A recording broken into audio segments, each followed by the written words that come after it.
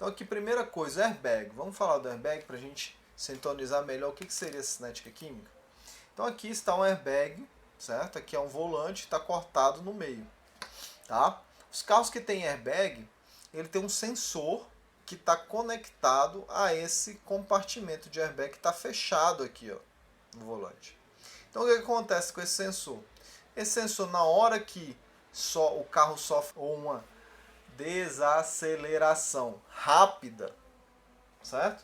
O que acontece? O sensor emite um sinal fazendo o que? Uma faísca, certo? Os reagentes estão aqui, vedados, gera uma faísca, abre esse compartimento, e o que acontece? Essa faísca ela é gerada, os reagentes que estão ali, eles reagem, certo?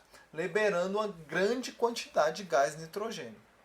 Isso acontece em milissegundos, em piscar de olhos, tá? Então há a inflação desse gás hidrogênio.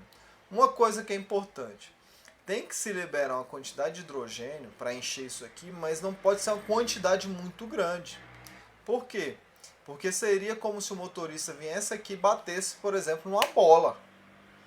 Então, se esse negócio estiver inflado com uma quantidade de gás muito grande, ele vai bater e vai voltar. Então, ele pode se machucar.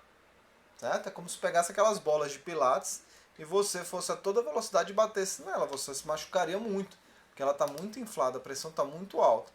Então, tem que ser uma quantidade de gás ideal aqui dentro. Então, primeira coisa, para ser uma quantidade de gás ideal para que ela seja inflada e não fique com a pressão muito grande aqui e que seja inflada de modo que o motorista, no caso, não bata a cabeça no volante, essa quantidade de gás ela é extremamente dependente do quê? Da quantidade, certo? De reagente que você tem aqui. O que eu quero dizer? Quanto maior a quantidade de reagente que tem aqui, mais gás vai ser produzido. Quanto menor a quantidade de reagente que tiver aqui, menos gás vai ser produzido. Se menos gás for produzido, o motorista pode se machucar, porque ele pode bater com a cabeça no volante. Se encher demais, ele pode bater aqui e voltar de uma maneira muito brusca. E aí pode também se machucar. Então, a cinética química ela vai trabalhar com isso. Por exemplo, a quantidade de concentração ou a quantidade de reagentes que existe para produzir uma certa quantidade de produto, que no caso do airbag, como eu já falei, é crucial. Então aqui mostra da onde vem, né, o sinal, que no caso aqui, e o que acontece aqui. Esse sinal, esse sensor emite um sinal onde vai emitir uma faísca, certo? Os reagentes estão aqui dentro, ó, a azida de sódio, que no caso é a azida de sódio. Então, essa azida de sódio ela vai acontecer uma reação química onde ela vai liberar uma quantidade de nitrogênio muito grande por meio desses orifícios. Tá? E por que tem filtros? Porque a azida de sódio é sólida. Tá? Se acontecer essa inflação muito grande, se pretende o que? Evitar que a azida de sódio vá para o airbag. Porque uma das coisas que se tem em relação a esse reagente é que ele é tóxico. Então, para impedir para que ele saia junto com o nitrogênio, certo? E reaja aqui dentro e só haja a liberação de nitrogênio, há um filtro também impedindo isso aí. Então, a reação que acontece é mais ou menos essa aqui, tá? Azida de sódio sólida, que está no compartimento, com aumento de temperatura 300 graus, forma o quê? Sódio metálico e nitrogênio, uma quantidade de nitrogênio. Depois, o que acontece? Esse sódio metálico produzido ele vai reagir com o nitrato de potássio que está aqui, produzindo esse óxido de potássio, óxido de sódio, mais nitrogênio ainda. Então já produziu aqui, vai produzir mais ainda, certo? E por último, esse óxido de potássio que é produzido, ele vai reagir com óxido de sódio, com o silício, e vai formar esse silicato alcalino. O que é esse silicato alcalino? É um pozinho branco que é criado, ou que é produzido com gás de nitrogênio. Ele é criado para quê? Para estabilizar, né, reagentes que porventura não reajam, certo? Para que não saia algo tóxico aqui e a pessoa não morre porque bateu, mas possa morrer intoxicado, né? Então o silicato alcalino ele vem para estabilizar isso que é formado, tá bom? Então vejam vocês, precisa de temperatura para liberar essa quantidade de nitrogênio que é criada na inflação lá, ok? Então cada mol de azida de sódio vai produzir o que? 2 mols e meio de nitrogênio.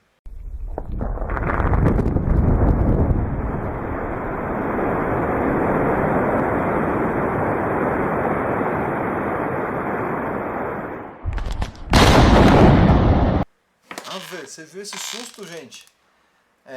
Isso aí é o que? É o TNT, certo? Quem é o TNT? Muitos conhecem aí. Que é o que?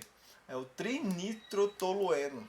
Ou é o composto, a substância que é mais utilizada em explosivos, tá? Como vocês viram aí anteriormente, que a gente tomou esse susto, né? Ele é muito usado em mineração, né? Em demolições, certo? Em várias outras coisas que precisam de explosivo, né? Em construção também, que precisa abrir grandes buracos, construção de estradas no meio de serras, de montanhas e várias outras coisas. Ele é o explosivo mais utilizado no planeta, tá? Só para vocês terem ideia da importância dele, o Nobel, né, aquele do prêmio Nobel, Alfred Nobel, foi o inventor do TNT. E até hoje se dá, né, prêmios aí de milhões de reais, né, há pouco a gente teve os prêmios Nobel aí, com base na fortuna que esse camarada fez com a invenção do TNT. Tá? Outra coisa para falar da importância do TNT, por exemplo, o poder de explosão de uma bomba atômica ela é medida em toneladas de TNT. Tá? Faz essa equivalência, essa proporção. E o que é o TNT? Né? Ele tem esse poder explosivo porque ele libera uma grande quantidade de gás. Olha. Então, se a gente for pensar em número de moléculas, uma molécula disso aqui produz 10 moléculas dessa. Ou um mol disso aqui produz o quê? 10 mols disso aqui. Qual que é uma das vantagens aí do TNT? Primeira coisa, ele é muito estável. Como assim, professor? Mas ele explode. Sim, mas ele é estável. Você consegue armazenar ele, né, compactando, deixando um em cima do outro. Contanto que não tenha chama, certo? Ele é estável. Você pode movimentar ele, ele pode até cair e ele não vai explodir, certo? Pode ter trepidação, então você pode movimentar isso, desde que não haja faísca, tá? Então isso é uma grande vantagem para o explosivo. Por quê? Até a invenção dele se tinham vários explosivos, mas esses explosivos eles eram sensíveis a movimento. Quem nunca assistiu aqueles filmes, por exemplo, que tem nitroglicerina, né, em que os atores ou as atrizes ficam ali segurando ou carregando com extremo cuidado, porque qualquer movimento pode explodir. O TNT não tem isso. Então isso é uma grande vantagem. A segunda vantagem é que a reação do TNT não produz compostos tóxicos. Tá? Produz o monóxido de carbono, tudo bem. Né? É um produto tóxico, mas não é tão tóxico assim. Certo? Outros tipos de explosivo pode produzir compostos muito mais tóxicos. Então a toxicidade dos produtos gerados por TNT, pela explosão do TNT, ela do ponto de vista de toxicidade, do ponto de vista ambiental, eles não são tão danosos assim. Ou eles são pouco danosos. Certo? Essa é outra grande vantagem. Né? E outra coisa é o custo. Ela é um dos explosivos mais baratos para ser obtido. Então vamos falar agora sobre prevenção e combate a incêndios. Tem tudo a ver, gente, isso aí com cinética química, tudo a ver. Por quê? Um incêndio é uma reação química, que está acontecendo a combustão em algum produto, em algum material. Né? É a combustão que está acontecendo numa madeira, num combustível líquido ou num combustível gasoso, né? Ou num plástico ou qualquer que seja. Aquilo ali é uma reação química que está acontecendo. Tá? E entender essa reação química que acontece em diferentes tipos de incêndio faz com que a gente trabalhe e aprenda como prevenir, como combater esse incêndio, tá? São coisas diferentes. Prevenção é antes de acontecer e combate depois que aconteceu, o que fazer, certo? Então aqui está mostrando um bombeiro que tem que saber, né? É obrigatório ele saber essas reações químicas, tá? Então por isso que até em concurso para bombeiro em todo o país você tem que saber química, é cobrado química por conta da questão dos incêndios, né? Da prevenção e combate. Então aqui está prevenindo um incêndio e possivelmente está se jogando água. Gente, não se joga água em qualquer tipo de incêndio. Então os bombeiros chegaram antes, identificaram que tipo de incêndio é, certo? Ou que tipo de reação química que está acontecendo e agora estão procedendo ao combate usando água, tá? Então essa reação química que produz o incêndio, ele depende desse que eles chamam de tetraedro do fogo, tá? É muito abordado, no YouTube tem demais aulas aí de bombeiros falando sobre isso.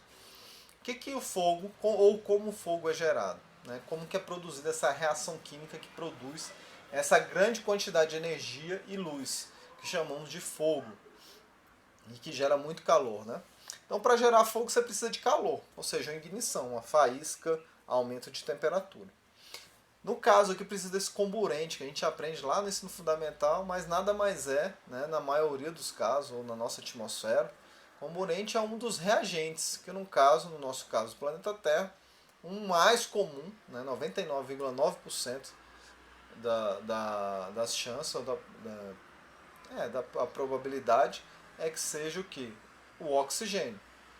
Tem então um combustível, que é aquele reagente que reage, né, com o oxigênio, produzindo calor e o fogo, certo? E essa reação é a reação em cadeia. Então o fogo ele é exemplificado como? É um fenômeno que libera calor, precisa de combustível, precisa de oxigênio, no caso comburente, e é uma reação em cadeia. Então, para a gente prevenir o fogo, basta a gente prevenir uma dessas coisas, certo? Então, por exemplo, para não haver fogo, primeira coisa, não tem que ter calor. Enquanto não houver uma faísca com ignição, aumento de temperatura, não vai haver fogo. Você pode ficar com gasolina derramada no meio de casa. Se não tiver nenhuma faísca, calor, não vai haver combustão, não vai haver fogo. Segunda coisa, comburente. Você pode ter calor e combustível. Você pode ter gasolina no meio da sua casa. Né? Vamos supor que sua casa seja selada. Né? Você pode ter ali faíscas da rede elétrica. Se não entrar oxigênio, não vai haver fogo. Agora, no momento que você abrir a porta e entrar oxigênio, vai haver uma explosão, né? Ou um incêndio. Mesma coisa, você pode ter calor, pode ter oxigênio. Se não tiver gasolina ou outra coisa que entra em combustão, não vai haver fogo. E por último, reação em cadeia. O que seria essa reação em cadeia, professor? Ora, pode começar o fogo. Calor, tem lá o oxigênio e tem o combustível. Então você tem ali, por exemplo, tá uma cadeira pegando fogo. Como que você faz para o fogo apagar? Separa tudo, retira as outras coisas que pegam fogo. Só vai pegar fogo naquela cadeira, certo? Porque você interrompeu ou você está impedindo que essa reação aconteça mais tempo. Outra maneira é o quê? Se você jogar água, né, você impede essa reação em cadeia, porque você afasta, por exemplo, o comburente, o oxigênio, você diminui o calor que está ali, apesar de não ter tirado o combustível. Então, os bombeiros eles atuam analisando esse quadrilátero em cada caso. Que naquele incêndio eu posso fazer? Será que eu posso retirar aquele combustível? Será que eu consigo interromper a reação em cadeia? Será que eu consigo retirar o ar de lá ou impedir que o ar chegue? Será que eu consigo diminuir a temperatura ali no ambiente? Então o bombeiro, no caso, né, ele faz toda essa análise para interromper um processo de incêndio. Ok?